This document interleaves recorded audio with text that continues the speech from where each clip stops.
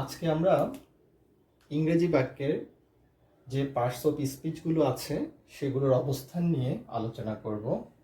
বিশেষ করে আজকে প্রথমে আমরা নাউনের অবস্থান নিয়ে আলোচনা করব। আমরা জানি নাউন বলতে বাংলায় আমরা বিশেষ্যকে বুঝি। বিশেষ্য বলতে কোনো কিছুর নাম। আমরা যদি ইংলিশে বলি name of place, person, animal etcetera. তাহলে আমরা ধরে নিতে পারি প্লেস যদি বলি আমরা ঢাকা,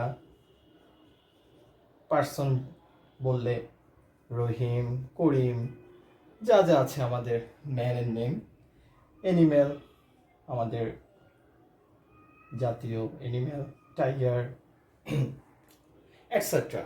আর আমরা গুণগত দিকগুলোকে নাউন হিসেবে বলতে পারি। গুণগত যে ওয়ার্ডগুলো আছে যেমন অনেস্টি, যেগুলোকে আমরা অ্যাবস্ট্রাক্ট নাউন বলি, অনেস্টি, ট্রুথফুলনেস। তো আমরা যে জায়গাটাতে সবচেয়ে বেশি কনফিউশনে থাকে সেটা হচ্ছে একটি বাক্যে নাউন কোন কোন জায়গায় থাকতে পারে। এটা প্রাথমিক একটা ধারণা। একটি ইংরেজি বাক্যে, বিশেষ করে আমি এখানে আগে থেকেই লিখে রেখেছি, ইংরেজি বাক্যে নাউনের অবস্থান বলতে আমরা প্রথম বাক্যে যদি দেখতে পাই নাউন, ভার্ব, নাউন, অর্থাৎ নাউন সাবজেক্ট হিসেবে থাকতে পারে এবং অবজেক্ট হিসেবে থাকতে পারে। তাহলে আমরা একটু দেখি একটা এক্সাম্পল দিয়ে।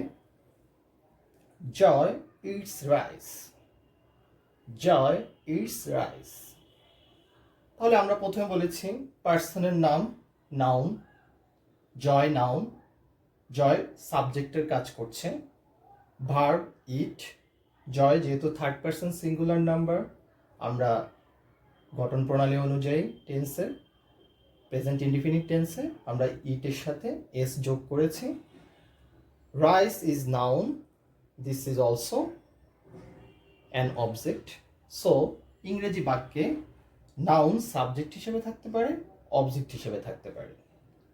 আমরা সেকেন্ড সেন্টেন্সটা একটু লক্ষ্য করি। কোনো বাক্যের শুরুতে যদি আর্টিকেল থাকে, আর্টিকেলের পর একটি নাউন থাকে, টোটাল আর্টিকেল এবং নাউন, আর্টিকেল এবং নাউন সাবজেক্টের কাজ করবে। তারপর অ্যাজ ইউজুয়াল ভার্ব আসবে। তারপরে আমরা অবজেক্ট হিসেবে যদি আর্টিকেল এবং নাউনকে বসাতে পারি। আমরা এক্সাম্পলটা দেখে আরেকটু ক্লিয়ার হই। বাক্যের শুরুতে আমি দা ইউজ করলাম, দায়ের পরে বয় বসালাম। The boy, boy is noun, the is article. So the boy in whole is subject. Verb completed is verb. The sum অর্থাৎ ছেলেটি অঙ্কটি করেছিল, শেষ করেছিল। The article and some noun, the and some মিলে অবজেক্ট হয়ে গেল। তাহলে আশা করি সেকেন্ড বাক্যটা আমরা ক্লিয়ার। থার্ড বাক্যটা যদি আমরা দেখি, বাক্যের শুরুতে আর্টিকেল, অ্যাডজেক্টিভ।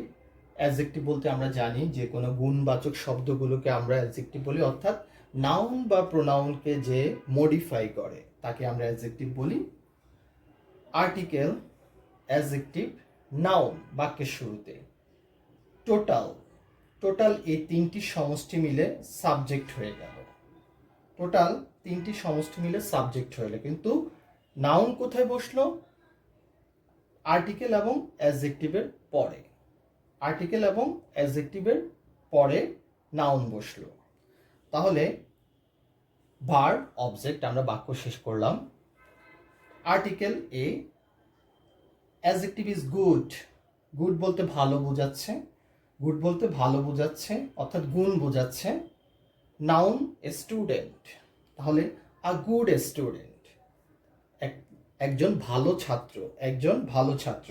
তাহলে আ good student, total article, adjective and noun মিলে একটি সাবজেক্ট হয়ে গেল। ভার্বে বলা হচ্ছে আ গুড স্টুডেন্ট নেভার, নেভার আমরা একটি অ্যাডভার্ব ধরো, পরবর্তীতে আমরা অ্যাডভার্ব নিয়ে যখন আলোচনা করব, নেভার একটি অ্যাডভার্ব। ভার্ব হচ্ছে নেগলেক্টস, অবহেলা করা। যেহেতু a good student third person singular number, present ইনডিফিনিটে ভার্বের সাথে আমরা একটি এস যুক্ত করেছি। A good student never neglects study. স্টাডির অলসো নাউন, আমরা তাকে অবজেক্ট হিসেবে বললাম, যেহেতু আগে আমরা আলোচনা করেছি নাউন অবজেক্ট হিসেবে থাকতে পারে। তারপরে সেন্টেন্স যদি আমরা খেয়াল করি, subject, verb, adjective, article, noun, অর্থাৎ এর আগের সেন্টেন্সে যেখানে আর্টিকেল, অ্যাডজেক্টিভ, নাউন শুরুতে ছিল, এখন বাক্যের শেষে চলে গেল, তাহলে আমরা কি বলতে পারি? একটি এক্সাম্পল দেখি। I have a nice shirt. I have a nice shirt, অর্থাৎ এ হচ্ছে আর্টিকেল, আমি একটু ভুল লিখেছি।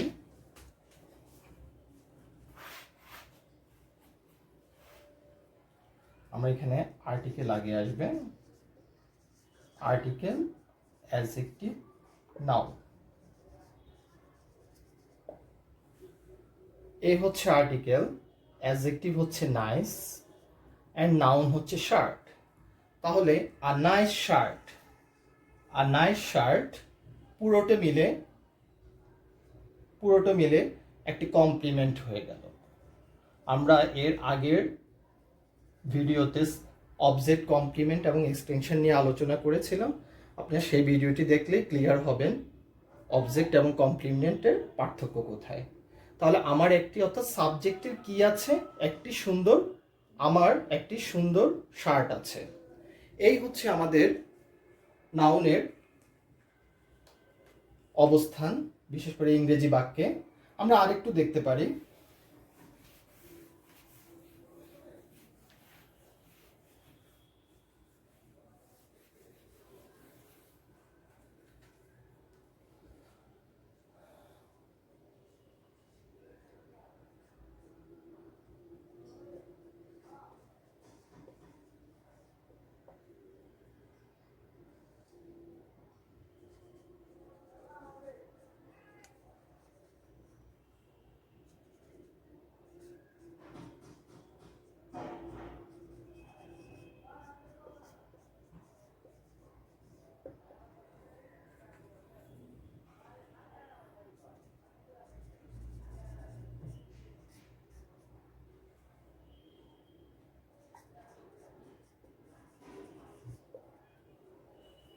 অর্থাৎ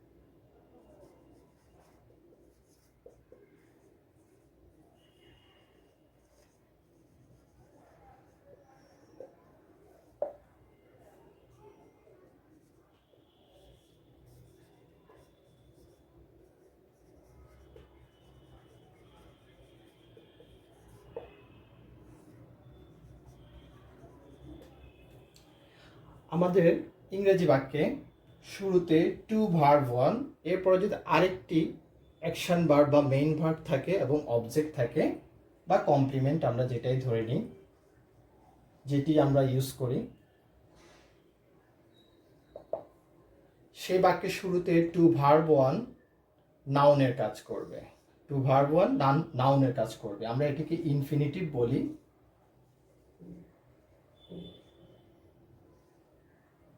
টু সুইম, এখানে সাঁতার করি বা সাঁতার করছি এমন অর্থটা। টু সুইম অর্থ হচ্ছে সাঁতার কাটা একটি ভালো ব্যায়াম। আবার ইংরেজি বাক্যের মেইন ভার্বের শুরুতে যদি আবার একটি ভার্ব আইএনজি থাকে, অর্থাৎ ভার্ব ওয়ান আইএনজি থাকে, ভার্বের বেস ফর্ম বা প্রেজেন্ট ফর্মকে আমরা ভার্ব ওয়ান বলি, সেটি থাকলে সেটি নাউনের কাজ করবে এবং সাবজেক্টের কাজ করবে। অর্থাৎ টু সুইমও আমরা বলতে পারি, অথবা swimming is a good exercise, সাঁতার একটি ভালো ব্যায়াম। তারপর বাক্যে আমরা খেয়াল করি সাবজেক্ট ভার্বের পরবর্তীতে সাথে সাথে আবার ভার্ব আইএনজি, অর্থাৎ এই ভার্ব আইএনজিটা নাউনের কাজ করছে এবং অবজেক্টের কাজ করছে। তাহলে আমরা সাবজেক্টের জায়গায় যদি আই বসাই এবং ভার্বের জায়গায় যদি লাইক বসাই, তাহলে আই লাইক সুইমিং, অর্থাৎ বোঝাচ্ছে আমি সুইমিংটাকে পছন্দ করি। এই হচ্ছে ইংরেজি বাক্যে নাউনের বেসিক অবস্থানগুলো, প্রাথমিক অবস্থানগুলো আমরা এভাবে দেখেই একটা নাউনকে বাক্যে আইডেন্টিফাই করতে পারি। তাহলে সবাই ভালো থাকবেন, আজকের মতো এখানেই শেষ করছি। আল্লাহ হাফেজ।